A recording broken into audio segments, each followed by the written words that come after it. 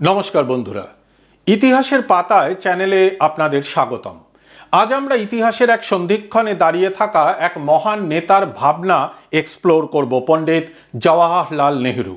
স্বাধীনতার পর সদ্যজাত ভারতকে নিয়ে তার সামনে ছিল পাহাড় প্রমাণ চ্যালেঞ্জ। দেশ পুনর্গঠন, একতা রক্ষা, সবকিছুর মাঝেই তাকে নিতে হচ্ছিল আরও এক গুরুত্বপূর্ণ সিদ্ধান্ত: আমাদের জাতীয় সঙ্গীত কী হবে। এটি কেবল একটি গান নির্বাচন ছিল না, এটি ছিল বিশ্বমঞ্চে ভারতের পরিচয়কে তুলে ধরার প্রশ্ন। প্রতিদিন দেশে বিদেশে অজস্র সরকারি অনুষ্ঠানে জাতীয় সঙ্গীত বাজানোর প্রয়োজন হতো। আমাদের দূতাবাসগুলোতে বিদেশি সরকারগুলোকেও আমাদের সম্মান জানাতে একটি নির্দিষ্ট জাতীয় সঙ্গীত বাজাতে হতো। এই চাপ নেহেরুকে দ্রুত একটি সুনির্দিষ্ট কিন্তু বিচক্ষণ সিদ্ধান্ত নিতে বাধ্য করছিল।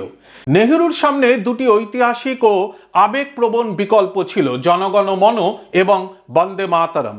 দুটি গানই ভারতের ইতিহাসে গুরুত্বপূর্ণ স্থান দখল করেছিল, কিন্তু নেহেরু জানতেন জাতীয় সঙ্গীতের নির্বাচন কোনো ব্যক্তিগত আবেগ বা প্রাদেশিক পছন্দের বিষয় নয়, বরং দেশের দীর্ঘমেয়াদী মর্যাদা ও আন্তর্জাতিক গ্রহণযোগ্যতার প্রশ্ন। নেহেরু বন্দে মাতরমের ঐতিহাসিক গুরুত্বকে সব সময় সম্মান করতেন। তিনি এটি স্বীকার করেছেন যে বন্দে মাতরম আমাদের স্বাধীনতা সংগ্রামের সাথে নিবিড়ভাবে জড়িত এবং এর প্রতি আমাদের গভীর আবেগ রয়েছে। এটি চিরকাল একটি প্রিয় জাতীয় গান হিসেবে আমাদের হৃদয়ে থাকবে। কিন্তু নেহেরুর কাছে একটি জাতীয় সঙ্গীতকে বিজয় এবং স্বাধীনতার প্রাপ্তির প্রতীক হতে হবে, অতীতের সংগ্রাম বা আকাঙ্ক্ষার নয়। জনগণ মন এর মধ্যে এই বিজয় এবং সাফল্যের সুস্পষ্ট উপাদান ছিল। শ্যামাপ্রসাদ মুখার্জির মতো ব্যক্তিত্ব যখন বন্দে মাতরমের পক্ষে সওয়াল করেন, তখন নেহেরু তার চিঠিতে অত্যন্ত স্পষ্ট করে নিজের অবস্থান ব্যাখ্যা করেন। তিনি জানান যে যতদূর তার মনে পড়ে একমাত্র বাংলা থেকেই আপত্তি এসেছিল। তিনি জোর দিয়ে বলেন যে একাধিক জাতীয় সঙ্গীত বাজানো সম্ভব নয় এবং এই অন্তর্বর্তীকালীন সিদ্ধান্তটি প্রদেশগুলোর সাথে দীর্ঘ আলোচনা ও সামরিক ব্যান্ডগুলোর ব্যাপক অনুশীলনের পরই নেওয়া হয়েছে। তিনি এও উল্লেখ করেন যে বাংলার তৎকালীন রাজ্যপালও জনগণ মনর পক্ষেই লিখেছিলেন। ডক্টর বিধানচন্দ্র রায়কে লেখা চিঠিতে নেহেরু আরও বিশদভাবে তার যুক্তি তুলে ধরেন। তিনি স্পষ্ট করে বলেন জাতীয় সঙ্গীতের ক্ষেত্রে শব্দ নয়, সুরই মুখ্য। তাকে এমন সুর হতে হবে যা অর্কেস্ট্রা এবং ব্যান্ডে ভালোভাবে বাজানো যায় এবং যার একটি ছন্দময় আবেদন থাকে। বিদেশি অর্কেস্ট্রাগুলোকে এটি বাজাতে হবে এবং এর সুর আন্তর্জাতিক শ্রোতাদের কাছে যেন আবেদনময় হয়। নেহেরু এখানে একটি অত্যন্ত গুরুত্বপূর্ণ বিষয় তুলে ধরেন।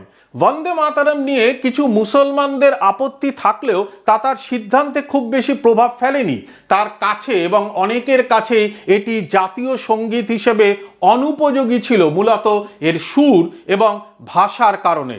তিনি উল্লেখ করেছিলেন কিভাবে জনগণ মন কোনো সরকারি প্রচেষ্টা ছাড়াই আন্তর্জাতিক স্বীকৃতি পায়। নিউ ইয়র্কের ওয়ার্ল্ড অফ অ্যাস্টোরিয়া হোটেলে জাতিসংঘের এক আন্তর্জাতিক সমাবেশে এটি বাজানো হলে বিদেশি প্রতিনিধিরা এটিকে অসাধারণ জাতীয় সঙ্গীত বলে প্রশংসা করেন। এর সুরের প্রতি ব্যাপক চাহিদা তৈরি হয়। নেহেরু বহু প্রখ্যাত সঙ্গীতজ্ঞ এবং বিদেশি অর্কেস্ট্রা কন্ডাক্টরদের সাথে পরামর্শ করেছিলেন। তাদের সবাই একমত হয়েছিলেন যে বন্দে মাতরমের সুর অর্কেস্ট্রা বা সামরিক বাজানোর জন্য উপযুক্ত নয়। এটি ছিল কিছুটা বিষণ্ণ ও পুনরাবৃত্তিমূলক এবং বিদেশি দর্শকদের কাছে সম্পূর্ণরূপে ব্যর্থ। কিন্তু জনগণ মন এর একটি আদর্শ ছন্দ ছিল যা বিশ্বব্যাপী প্রশংসিত হয়েছিল। এই আন্তর্জাতিক প্রশংসার পরই সামরিক বাহিনীতে জনগণ মন দ্রুত জনপ্রিয় হয়ে ওঠে। নেহেরু সমস্ত রাজ্যপাল এবং মুখ্যমন্ত্রীদের মতামত জানতে চেয়ে চিঠি লিখেছিলেন। এক দুজন ব্যতিক্রম ছাড়া সবাই জনগণ মনের পক্ষের মত দেন। বেশিরভাগই জানান এটি তাদের প্রদেশগুলোতেও জনপ্রিয়। এই জনমত নেহেরুর সিদ্ধান্তকে আরও শক্তিশালী করেছিল। ভাষার সরলতাও নেহেরুর কাছে গুরুত্বপূর্ণ ছিল।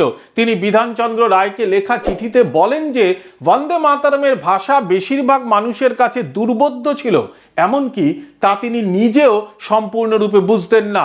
একটি জাতীয় সঙ্গীতকে সহজবোধ্য হওয়া উচিত। সবশেষে নেহেরু জাতীয় সঙ্গীতের মর্যাদার প্রতি অত্যন্ত সচেতন ছিলেন।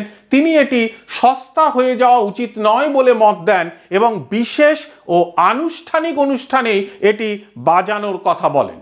পণ্ডিত জওয়াহরলাল নেহেরু শুধু একজন স্বপ্নদ্রষ্টা ছিলেন না, তিনি ছিলেন একজন বাস্তববাদী নেতা। জনগণ মনকে জাতীয় সঙ্গীত হিসেবে তার এই নির্বাচন ছিল তার গভীর প্রজ্ঞা, আন্তর্জাতিক দৃষ্টিভঙ্গি এবং একটি নতুন স্বাধীন ভারতের মর্যাদা প্রতিষ্ঠার প্রতি তার অবিচল বিশ্বাসের প্রতিফলন। তিনি এমন একটি গান চেয়েছিলেন যা আমাদের দেশের বিজয় ও প্রাপ্তিকে উদযাপন করবে, যা বিশ্ব মঞ্চে আমাদের মাথা উঁচু করে দাঁড়াতে সাহায্য করবে। আপনার কি মনে হয় নেহেরুর এই দূরদর্শী সিদ্ধান্ত সঠিক ছিল? কমেন্ট করে জানান। ভিডিওটি ভালো লাগলে লাইক, শেয়ার এবং চ্যানেলটি সাবস্ক্রাইব করতে ভুলবেন না। ধন্যবাদ।